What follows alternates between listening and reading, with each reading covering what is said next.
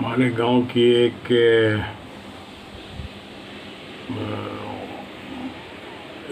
بہت بڑی عالم دین والی شخصیت ایک مولانا عبدالقدوس صاحب مرحوم تھے جو ہمارے دادا کے چچیرے بھائی کے لڑکا تھے غالباً.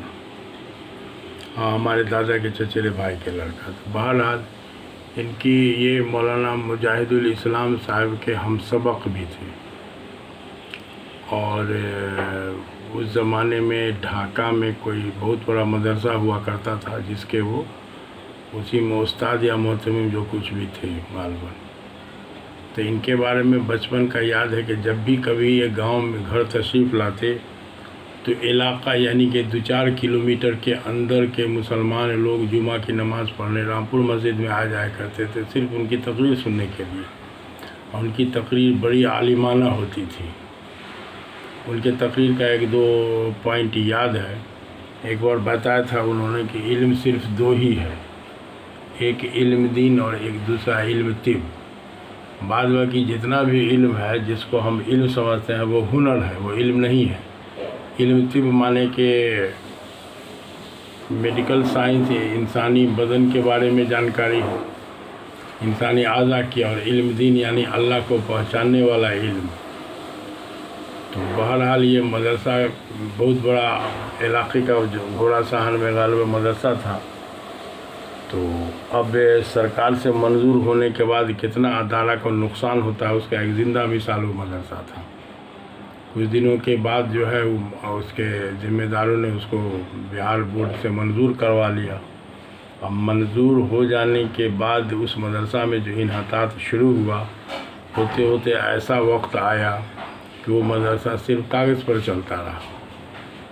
پتہ نہیں ابھی کون سی حالت میں ہے. تو بہرحال یہ ایک جید عالم تھے ہمارے رامپور کے. تو اکثر ہاں عید بقرعید میں ان کی تقریر سننے کا موقع ملتا تھا. اس طرح کے لوگ فی الوقت جو ہے اور دوسرے اتنے پیمانے کے عالم نظر نہیں آتے ہیں. بہرحال تو یہ سب شخصیت ایک گاؤں کے لیے یادگار شخصیت تھی. اسی طرح سے علم کے معاملے میں ایک بدیع الزماں صاحب مرحوم بھی تھے جو انگلش کے دقاق تھے، علی گڑھ کے پروڈکٹ تھے. اور فخر الدین علی احمد کے یہاں یعنی پریزیڈنٹ آف انڈیا کے یہاں وہ انگلش اخبار کے ریڈر تھے کہ انگلش اخبار میں پریزیڈنٹ کے لائق جو بھی نیوز ہے جو پریزیڈنٹ کو جاننا چاہے اس نیوز میں نشان لگا دیتے کہ پریزیڈنٹ کے پاس ٹائم تھوڑے ہے، ان کے پاس وہ اخبار جائے گا بس وہ نشان والا کو دیکھ لیں گے. تو علاقے کی بڑی مطلب علمی شخصیت تھی. لیکن ان کے گھر کے لوگوں نے بھی یا گاؤں کے لوگوں نے بھی ان کو سراہا نہیں. آخر وقت میں ہوا یہ کہ جو سرپنچ کا الیکشن ہوا تو الحمدللہ ادھر لسٹ فری آدمی تھے، کمیونسٹ مائنڈیڈ. الیکشن نے جو سرپنچ کے الیکشن میں جو کھڑے ہوئے تھے اللہ نے جتا دیا. تو انہوں نے پنچایت میں ایک نمونہ پیش کیا. ویسا سرپنچ اس طرح کا آج تک اس علاقے کو نہیں ملا. تو علم کے معاملے میں بہت آگے تھے، بہت کچھ تھا، لیکن وہی تھا کہ دنیاوی اعتبار سے کہیں کوئی ادارہ پکڑ کے وہ ترقی نہیں کر پائے.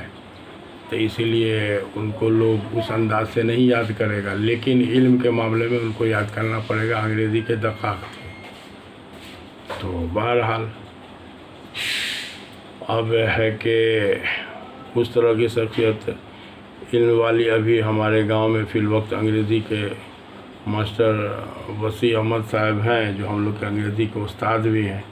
اللہ تعالیٰ ان کو دیر تک قائم رکھے. تو لینگویج کے معاملہ میں بہت ضروری چیز ہوتی ہے. اب اس کے بعد ایک موسیٰ صدیقی صاحب بھی گاؤں میں ہیں.